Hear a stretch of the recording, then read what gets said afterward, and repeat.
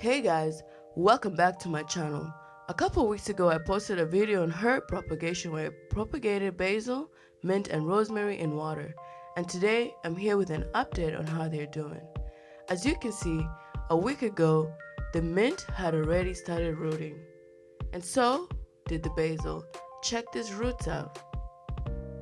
And guys, this was a week after I propagated and they already had pretty decent sized roots. The rosemary, as expected, was lagging behind, and so I continued to keep them in water and monitored their progress. And now, 2 weeks later, I'm happy to report that the basil and mint are fully rooted and doing well. The roots are healthy and strong, and they're ready to be transferred into soil. That's the basil. How amazing is that? I also see some new growth, I can't wait to pot it up. And this is the mint, also has developing roots. Very cool. Overall, the process of propagating these herbs in water was a success for basil and mint, but a bit of a challenge for the rosemary.